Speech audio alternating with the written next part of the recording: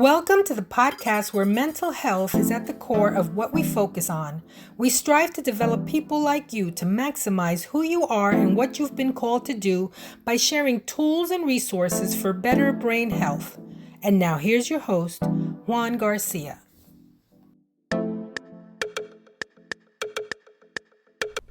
Welcome to the podcast, everybody. Thank you so much for joining us. We here focus on mental health and peak performance. And so we are so glad that you decided to join us today, because today I wanted to launch a new series under emotional intelligence. It's also known as EQ. And some of you may have heard it. Some of you are probably hearing it for the first time. But it is a thing, EQ. Similar to IQ, where the IQ measures a person's cerebral intelligence, or the potential that they have to understand things and process things intellectually. Well, EQ has the same type of approach for the awareness that we have of our emotions. And the reason why I wanted to talk about it is because a lot of the corporations that are hiring people today, especially after COVID-19, and now people working from home and having different setups, also in schools where we have students now studying online, virtually, or swapping some days in the school and some days at home. Emotional intelligence is something that is so important to have, and also to be aware about it, because a lot of leaders are seeking out to see how well do people really know their emotional intelligence, or do they have it? How good is it? How poor is it? And how can we help develop it? I know I've been asked to speak and do workshops on this topic, and so I wanted to share it through the podcast to help individuals out. It could apply not only in the workplace or in the educational sector, but it can also work in any type of relationship that you may have. So this is going to apply to everybody. You just have to know where to apply it. My hope is that you apply it to every aspect of your life, whether it's in your personal life, your familial life, or your workspace. I think it's important that you and I are well aware of our emotional intelligence. And for those that may not know what it is, basically, it's the ability that you and I may have to know and be aware of our emotional moods. Or are we aware? Because a lot of times, we say that we're upset, angry, disappointed, frustrated, happy, joyous, sad. All of these different emotions that we describe that either we're feeling or we want to express. But it doesn't mean that we're always aware of it. Or it doesn't always mean that we know how to best deal with it or control it or manage it.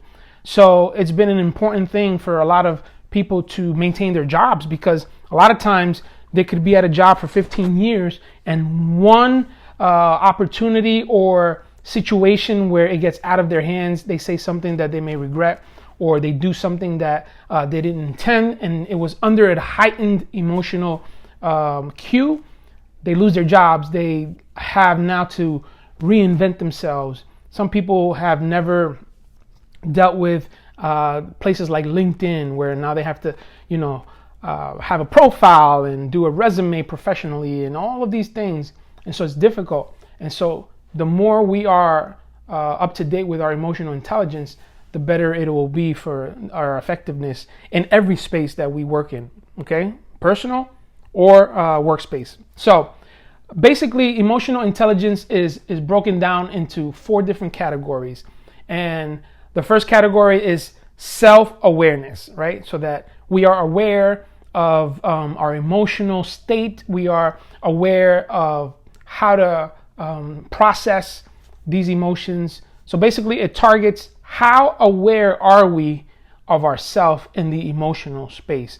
And then the second category, and if you want to picture 4 quadrants, you'll see that the first one is self-awareness, and then the second one is self-management. How well are we managing how we feel?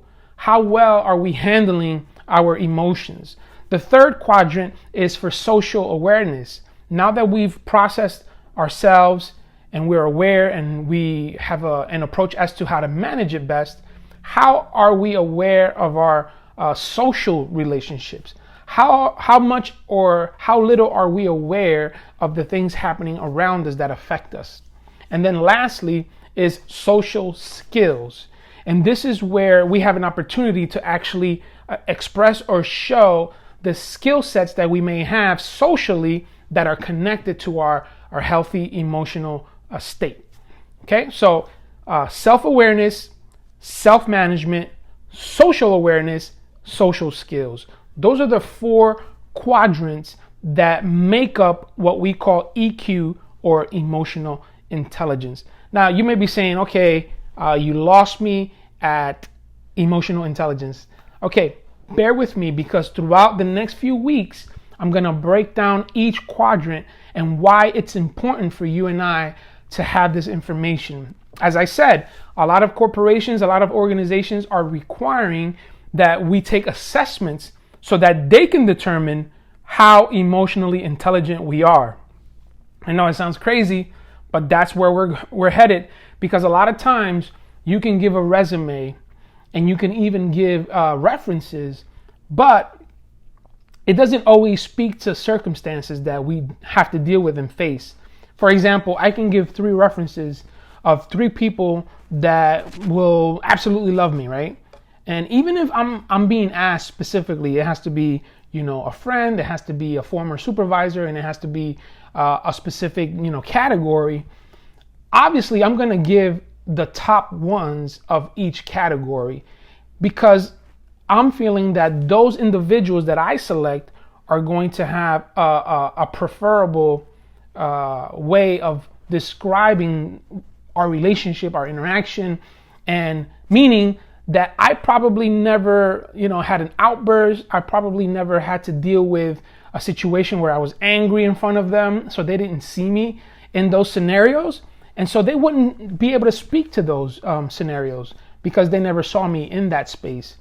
Plus, now we have a global pandemic that has everybody traumatized.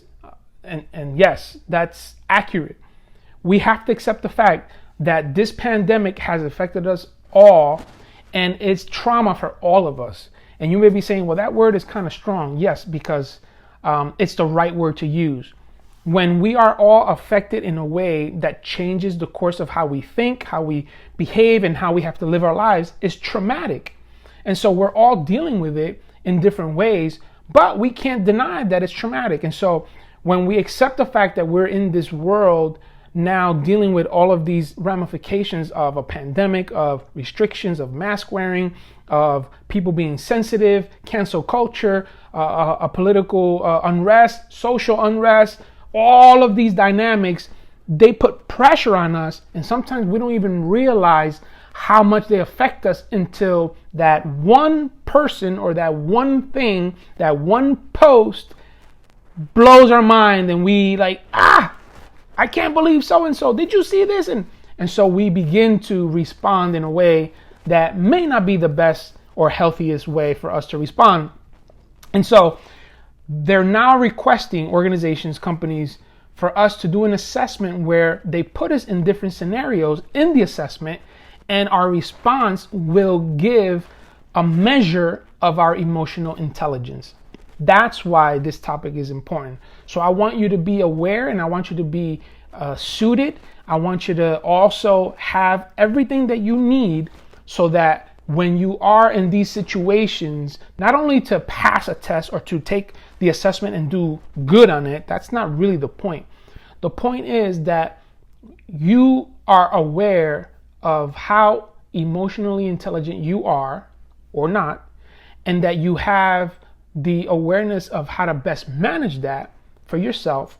And then you have a social awareness that's healthy, as well as the skill sets that you can use in a social setting so that it's healthy. And this is going to affect what you post on social media. This is going to affect how you interact with coworkers or colleagues. This is how it's going to affect how you approach assignments and how you collaborate, how you work interdependently, meaning working with others. Because let's face it, even though we are probably working from home. Let's say your scenario, you're working from home, you're not going to the office anymore. You still have to work with other people. And so how do you best handle these situations or manage your emotions, because you can't control others, right? Remember, we can only control what we bring to the table. So how do you not take offense or misunderstand a voice over the phone because now you can't interact and see their body language? How do you not overreact or underreact to a video call where you see certain things that may not be the things that you expect or to your standard? All of these things matter no matter where you are in life, and also will translate into how we not only manage our emotions best, but also how to be more empathetic of others and where they are in life. Because at the end of the day, as I said, we can't control others, but we can control how we respond. And sometimes how we respond is probably the best scenario for both individuals involved, or teams, or whoever's involved, because whatever the person was feeling when they see your response to it that is chill and balanced, they may just kind of let it go and not allow it to escalate unnecessarily. So stay tuned the rest of the week, and not the rest of the week, the rest of the month. And I don't know how long we're going to do this, but I want to talk about emotional intelligence, EQ, how it translates into your personal life, into your work life, into your social life. And I want you to do excellent in life. And this is why I want to empower you with the information and the tools that you will need. Also, you will be able to take an assessment if you want. I'll put it in the description box so that you can see where you stand or where you sit in the emotional intelligence radar. And I'll be more than glad to send you information via email. So if you want something, you can either write it in the comments below, or you can email me, and we can definitely make that happen. I can send you a PDF. I can send you resources. I can send you information. I mean, we're here to support you. And don't forget, what helps the application of what you learn from emotional intelligence is to have the temperament assessment done. Because the very foundational thing that you and I must know is our temperament. How are we wired? Once we know that, it's easier to understand our awareness or lack thereof of our emotions, and how we manage it, and how we are aware of others, and how we can manage the scenarios in our social environment as well. So please, if you have not subscribed, please subscribe, like this video, comment on it, share it, let others know this guy is going to talk about emotional intelligence. I have no idea what it is, but let's all join in the conversation. Also, please let everybody know that we are here to support. We have an office in New Jersey, but we could also do virtual meetings through Zoom or through Teams, however works best. We want to support you. We want to help you grow, develop, and we want your relationships to be healthy, because that will give you a healthy mind. Yes, it'll give you a healthy mind, which also will give you a healthy brain. And that is our passion. We want you to be healthy mentally so that you can believe in yourself and believe that the best is still yet to come. So subscribe if you haven't. Let others know that we're here to support you mentally and emotionally now with the EQ. And also that will translate to a healthy brain. We'll see you in the next episode. And remember, we only have one mind.